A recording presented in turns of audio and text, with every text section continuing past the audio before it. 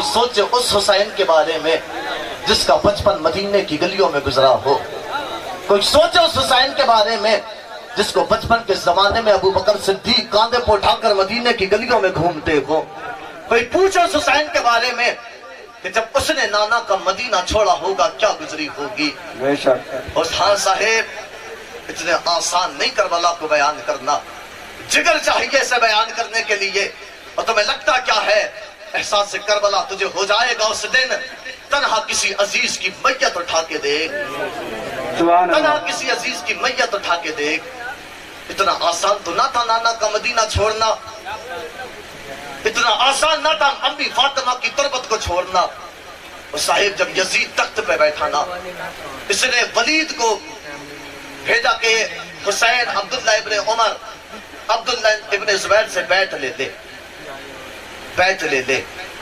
آقا حسین نے فیصلہ کیا کہ نانا کے مدینے میں خون خرابہ ہو، اس سے پہلے مجھے مدینہ چھوڑ کے چلے جانا چاہیے، اس سے پہلے نانا کا مدینہ چھوڑنا چاہیے۔ بابا علی نے بھی یہی کہا، یہی کیا تھا۔ مکہ اور مدینہ کی حرمت پہ پہرا دینے کے لیے مولا علی مکہ مدینہ چھوڑ کے کوفہ چلے گئے تھے، کوفہ گئے تھے۔ اللہ اکبر۔ آقا حسین نے غازی عباس سے کہا عباس جانے والوں کے نام لکھ، اب وقت آ گیا ہے نانا کا مدینہ چھوڑنا ہے۔ یہ یزیدی ہیں، میرے خون کے پیاسے ہیں، میں نہیں چاہتا کہ میرے نانا کے مدینے میں نواسے کی خون ریزی ہو، میرے نانا کے مدینے میں نواسے کا خون بہے، نانا کے مدینے میں خون خرابہ ہو، میں یہ نہیں چاہتا۔ عباس جانے والوں کے نام لکھ۔ غازی عباس نے جانے والوں کے ادھر نام لکھے۔ ادھر آقا حسین نے کہا تھا بہن زینب آپ امی فاطمہ کی تربت پہ آخری سلام کرنے کے لیے چلتے گئے۔ اللہ اکبر، بڑی توجہ سے بات کو سننا۔ آقا حسین نے اپنی بہن زینب کو ساتھ میں لیا گئے، حضرت زینب نے اپنے چھوٹے چھوٹے سے بچے اون و محمد کو ساتھ میں لیا گئے۔ ایک ہاتھ میں ننھی سکینہ کا ہاتھ گئے، اللہ اکبر، ایک ہاتھ میں ننھا اصغر گئے۔ ہاں صاحب، اب آقا حسین چلے گئے نانا کے روضے پہ آخری سلام کرنے کے لیے۔ اور سوچو کتنا دردناک منظر ہوگا وہ جب حسین اپنے نانا کے مدینے پہ آخری سلام کرنے کے لیے آیا ہوگا۔ جب آقا حسین آئے گئے، جنت البقیع سے آپ کا گزر ہوا گئے، امی فاطمہ کی تربت پہ نظر پڑی گئے، آقا حسین کی چیخ نکل جاتی ہے، ماں فاطمہ آج کے بعد تیرے گھر پہ اپنے آئیں گے بیگانے آئیں گے، امی لیکن آج کے بعد تیرا بیٹا حسین کبھی نہیں آئے گا، آج کے بعد تیری زینب کبھی نہیں آئے گی۔ اللہ اکبر، اتنا کہا آقا حسین نے۔ اب آگے بڑھے گئے، نانا کے تربت پہ نظر پڑی ہے، دوڑ کے آقا حسین نانا کی تربت سے لپٹ گئے اور چیخ مار کے آقا حسین رونے لگے گئے۔ اللہ اکبر، روتے روتے آنکھ لگ جاتی ہے، کہتے جا رہے تھے نانا تیرے در پہ اپنے بھی آئیں گے، تیرے در پہ بیگانے بھی آئیں گے، آج کے بعد تیرا حسین نہیں آئے گا۔ اللہ اکبر، اتنا کہا ہے، روتے روتے آنکھ لگی ہے، ادھر آنکھ کا لگنا ہے، سامنے نانا مصطفیٰ جلوہ فرما ہے، دست شفقت حسین کے سر پر رکھا، رکھنے کے بعد کہا تھا بیٹا حسین تو ایسی جگہ چلا گئے، میں جانتا کچھ عباس کے بازو کو کاٹا جائے گا، جہاں قاسم کی جوانی لٹے گی، جہاں علی اکبر کی جوانی لٹے گی، جہاں محمد کا بچپنا لٹے گا، جہاں تیرے عسکر کا بچپنا لٹے گا، بیٹا حسین میں جانتا ہوں تجھے کربلا کے میدان میں جا کر کے شہید ہونا ہے، تو ایسی جگہ چلا ہے، سامیانہ تو دور کی بات ہے، کسی کا سایہ تک میسر نہ ہوگا، تیرے بچوں کو پیاسا تڑپایا جائے گا، تیرے بچوں کو بھوکا تڑپایا جائے گا، تیرے سامنے عسکر کو قتل کیا جائے گا، عباس کے بازو کو کاٹا جائے گا۔ آقا حسین کی آنکھ میں آنسو ہے، اپنے نانا سے رو کر کے کہا تھا نانا حسین سب برداشت کر لے گا، اتنا تو بتائیے نا کیا کربلا کے میدان میں حسین تلخا تو نہیں ہوگا۔ آقا علیہ السلام نے کہا تھا بیٹا تو تلخا نہیں ہوگا، تیرے بابا علی بھی ہوں گے، تیری ماں فاطمہ بھی ہوگی، تیرے نانا مصطفیٰ بھی ہوں گے، تمام انبیاء ہوں گے، تمام فرشتے ہوں گے، زمانہ دیکھے گا کربلا کے میدان میں حسین اپنے خاندان کو لٹا کر ایسی صبر کی داستان لکھے گا، زمانہ پڑھتے پڑھتے پورا ہو جائے گا، لیکن حسین تیرے صبر کی داستان کبھی ختم نہ ہوگی۔ نعرہ تکبیر، نعرہ رسالت، نعرہ حیدری، ذکر شہید اعظم، ذکر شہید اعظم، نعرہ تکبیر۔ زمانہ پڑھتے پڑھتے پورا ہو جائے گا، لیکن حسین تیرے صبر کی داستان کبھی ختم نہ ہوگی۔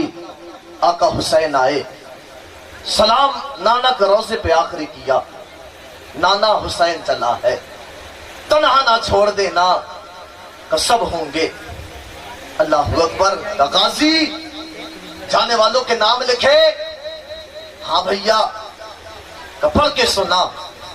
غازی عباس نام پڑھ کے سنا رہے ہیں, نام پڑھ کے سنا رہے ہیں. اللہ اکبر. نام پڑھ کے سناتے رہے, نام پڑھ کے سناتے رہے. حضرت شہربانو کا نام آیا, حضرت ام رباب کا نام آیا, حضرت ام فروا کا نام آیا, حضرت سکینہ کا نام آیا.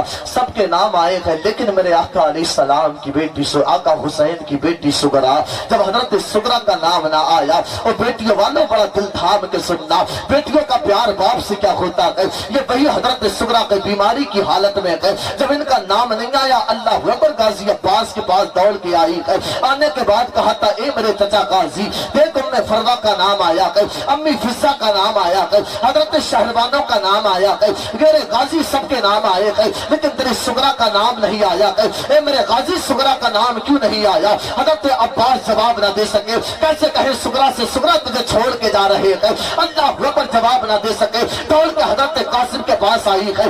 آنے کے بعد کہا تھا, میرے قاسم, تیری سغرا کا نام نہیں آیا ہے, مجھے ایسا لگتا کہ تم لوگ مجھے چھوڑ کے چلے جاؤ گے. غازی عباس کو جواب کیوں نہیں دیتے ہیں؟ اللہ اکبر, حضرت قاسم سے رو کر کے کہا تھا, اے میرے قاسم, تو چچا حسن کی آخری نشانی ہے. میرے بابا حسین سے جا کر کے کہتے, آج تک میرے بابا نے تیری بات کو کبھی ٹالا نہیں ہے. اللہ اکبر, حضرت سغرا نے رو کر کے کہا تھا. حضرت قاسم خاموش ہے. دوڑ کے بھائی علی اکبر کے پاس آتی ہے, اور صاحبوں بہنوں کا بڑا ناز ہوتا ہے بھائیوں پر, بہنیں بھائیوں کی بڑی لاڈلی ہوتی ہے. میں کہتا ہوں اپنی بہنوں کی قدر کر لو, اگر خدا نے تمہیں بہنیں دی ہے. اور صاحب جب یہ اپنے گھر پہ آتی ہے, کتنے بد نصیب بھائی ایسے ہوتے ہیں جنہیں لگتا کہ بہن کے آنے سے گھر کے خرچے بڑھ جاتے ہیں, جنہیں لگتا کہ بہن کے آنے سے گھر کا سکون چلا جاتا ہے. اور صاحب تیری بہن ہے, تیرے گھر تیرے خرچے بڑھانے کے لیے نہیں آتی ہے, بلکہ اس لیے آتی ہے, باپ کی چارپائی دیکھ لے گی, باپ کی یادیں تازہ ہو جائیں گی. اگر تجھے ایسا لگتا ہے بہن کے آنے سے گھر کا سکون چلا جاتا ہے, تو اپنی بہن کو بتا دے,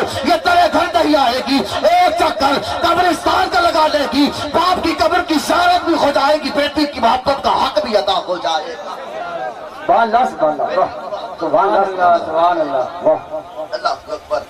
دوڑ کے حضرت قاسم کے پاس آئی کہ قاسم, تو چچا حسن کی آخری نشانی ہے. بابا سے کہتے جا کے, بابا نے آج تک تیری بات کبھی ٹالی نہیں ہے. بات نہ بنی. علی اکبر کے پاس آئی, میرے علی اکبر, دیکھ سب کے نام آئے ہیں, تیری بہن سغرا کا نام نہیں آیا. اتنا کہا نا, حضرت علی اکبر کی آنکھ میں آنسو ہے.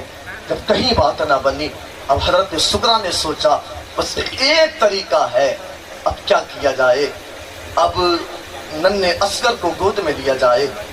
جب ابا جان لینے کے لیے آئیں گے تو کہہ دوں گی, میرے بابا, یہ میرا اصغر ہے جو سغرا کے علاوہ کسی کے پاس جاتا نہیں ہے. بابا مجھے اپنے ساتھ لے چلیے, اصغر کو کون کھلائے گا. اللہ اکبر. بڑی دل تھام کے سننا, حضرت سغرا نے ننھے اصغر کو گود میں لیا. آقا حسین آئے نا, کہا بیٹا اصغر. آقا اصغر کے اتنا کہا کہ اللہ اکبر, حضرت اصغر نے سغرا سے دامن چھڑایا, اپنے بابا حسین کی گود میں آ گئے. اللہ اکبر, حضرت سغرا کی چیخ نکلی گئی, میرے اصغر غازی سے بات نہ بنی, قاسم سے بات نہ بنی, علی اکبر سے بات نہ بنی. تجھے گود میں یوں سوچ کے لیا تھا, جب بابا جان لینے کے لیے آئیں گے تو کہہ دوں گی یہ میرے علاوہ کسی کے پاس جاتا نہیں ہے. اللہ اکبر, حضرت اصغر نے بھی دامن چھڑا دیا ہے. اب حضرت سغرا کی چیخ نکلی ہے, ہاں صحیح, بیٹیوں کو باپ کو منانے کے طریقے آتے ہیں. آپ نے کہا تھا امی فضہ آئی ہے, حضرت فضہ آئی ہے. آنے کے بعد کہا تھا امی فضہ, میری وصیت کو لکھا جائے. کہا پتہ بیٹی تیری وصیت کیا ہے؟ کہا میری وصیت یہ ہے, بیماری کی حالت ہے, یہ مجھے اس حال میں چھوڑ کے جا رہے ہیں. جب میری طبیعت علیل ہوتی ہے, کبھی میرے چچا عباس آ جاتے ہیں. جب میری طبیعت علیل ہوتی ہے, کبھی میرا بھائی قاسم آ جاتا ہے. جب میری طبیعت علیل ہوتی ہے, کبھی میرا بھائی علی اکبر آ جاتا ہے. جب میری طبیعت علیل ہوتی ہے, کبھی میری بہن سکینہ آ جاتی ہے. جب مجھے تنخواہ چھوڑ کے چلے جائیں گے, تمہارے جانے کے بعد میرا کون خیال رکھے گا؟ تمہارے جانے کے بعد کون میری خدمت کرے گا؟ تمہارے جانے کے بعد جب میری طبیعت خراب ہوگی, کس کو سکینہ کہہ کے پکاروں گی, کس کو علی اکبر کہہ کے پکاروں گی, کس کو قاسم کہہ کے پکاروں گی؟ کیا میری وصیت لکھا جائے, اگر ان کے جانے کے بعد میرا انتقال ہو گیا, پہلی نگاہ ٹھیک ہے, حضرت غازی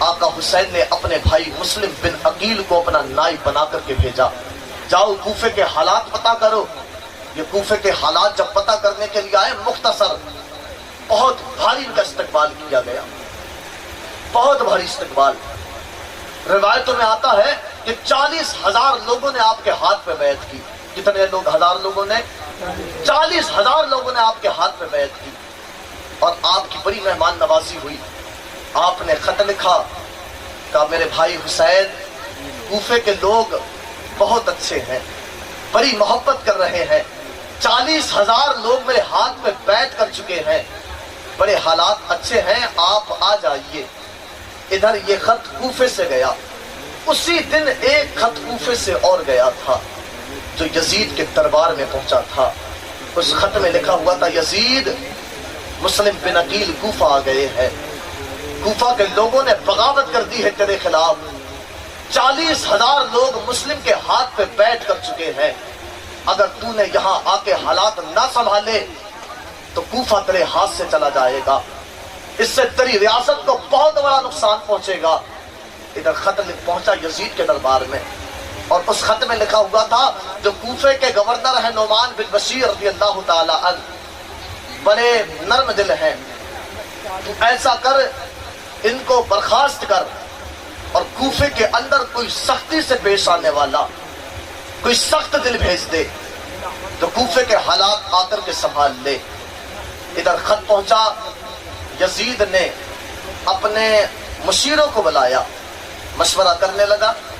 ایک سرجون نامی شخص تھا جو مجوسی تھا، اس نے مشورہ دیا، یزید ایک کام کر، عبید اللہ ابن زیاد جو بصرہ کے گورنر تھا، اس کو بصرہ سے کوفہ بھیج دے۔ عبید اللہ ابن زیاد بصرہ سے کوفہ آیا، حجاز کے راستے سے حجازی لباس میں داخل ہوا، اگر ایسے ہی داخل ہوتا تو قتل کر دیا جاتا، چپکے سے داخل ہوا۔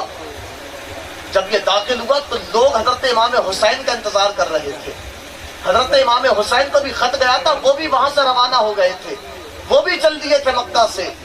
لوگ سمجھنے لگے کہ آقا حسین آ گئے، لوگ سلام کرنے لگے، اس نے کسی کو جواب نہ دیا، یہ چلتا گیا، اللہ اکبر، کوفے کے قلعے پہ داخل ہوا، چلتا گیا، سلام کا جواب نہ دیا۔ ہاں صاحب، یہ دارالعمار کوفہ کے اندر داخل ہوا۔ داخل ہونے کے بعد میں اس نے بڑے بڑے سرداروں کو بلایا، اور بلانے کے بعد کہا، لوگوں میں عبید اللہ ابن زیاد کو، لوگ نا امید ہو کر کے واپس ٹھہر گئے۔ اس نے بڑے بڑے قبیلوں کے بڑے بڑے سرداروں کو بلایا۔ بلانے کے بعد میں اس نے کہا تھا، اے لوگوں، تم یزید کی بغاوت میں اتر آئے ہو، تمہیں شاید اندازہ نہیں گا تم نے کیا کیا۔ میں نے سنا کہ مسلم کے ہاتھ پہ 40,000 لوگ بیعت کر چکے ہیں، اگر تم نے اس بیعت کو ختم نہ کیا، اگر تم نے مسلم کا ساتھ نہ چھوڑا، تب تم یہ مت سمجھنا کہ تم لوگ مجھے قتل کر دو گے۔ پیچھے سے شام کی فوجیں آ رہی ہے۔ اس نے کوفے کے بڑے بڑے سرداروں کو ڈرایا، سردار ڈر گئے، سوچنے لگے ابھی عبید اللہ ابن زیاد آیا ہے، ابھی پیچھے سے بڑی بڑی فوجیں آ رہی ہے۔ اللہ اکبر، اس نے لوگوں کو ڈرا دیا۔ جب لوگ ڈرے، وہی لوگ جو مسلم بن عقیل کے ہاتھ میں بیعت کر چکے تھے، اب کوفے میں لوگوں نے بغاوت کی ہے، حضرت مسلم بن عقیل کا ایسا ساتھ چھوڑا، حضرت مسلم کے حالات یہ ہوئے کہ 40,000 لوگ جو بیعت کر چکے تھے، جو وعدے کر رہے تھے آپ یہاں آ جائیے، ہم آپ کے ساتھ گئے، آپ یہاں آ جائیے، ہم آپ پہ جان بھی دے دیں گے۔ اب ان لوگوں نے ایسا ساتھ چھوڑا تھا۔ ہاں صاحب، یہی کوفے کی گلیاں تھی۔ مسلم بن عقیل میرے حسین کا بھائی تنہا تھا، کوئی مسلم بن عقیل کو پناہ دینے والا نہیں تھا۔ عبید اللہ ابن زیاد نے مسلم بن عقیل کے قتل کے لیے سپاہیوں کو بھیجا ہے، یہ مسلم بن عقیل کو تلاش کر رہے ہیں۔ اللہ اکبر، مسلم بن عقیل کوفہ کی گلیوں میں ایک بوڑھی کے دروازے پہ آ کر کے ٹھہرے، پیاس کی شدت ہے، کسی نے آپ کو پانی تک نہ دیا۔ ایک بوڑھی خاتون تھی جو اپنے گھر کے باہر آئی، اس نے مسلم بن عقیل کو اس حالت میں پایا، کہا کون ہے، کہا پانی پلا دیجیے۔ اللہ اکبر، پانی لے کر کے آئی ہے، آپ کو پانی پلایا گیا۔ تھوڑی دیر گزری ہے، آپ اٹھ کر کے نہ گئے۔ خاتون نے پوچھا تھا، اے پانی پینے والے، اے میرے دربار کے دروازے کے سامنے آنے والے، اٹھ کر کے جاتا کیوں نہیں ہے، بیٹھ کیوں گیا ہے؟ اس نے کہا تھا کہاں جاؤ، کہا کوئی تو ہوگا تیرا، کہا یہاں میرا کوئی نہیں ہے، میرا کوئی نہیں ہے۔ اس خاتون نے کہا تھا تو ہے کون؟ جیسے اتنا کہا ہے تو انہوں نے کہا تھا، اے پوچھنے والی، میں کوئی اور نہیں ہوں، میں حسین کا بھائی مسلم ہوں، میں عقیل کا بیٹا مسلم ہوں۔ اتنا کہا کہ اہل بیت کی عاشقہ تھی، اس نے مسلم بن عقیل کو اپنے گھر میں پناہ دی ہے۔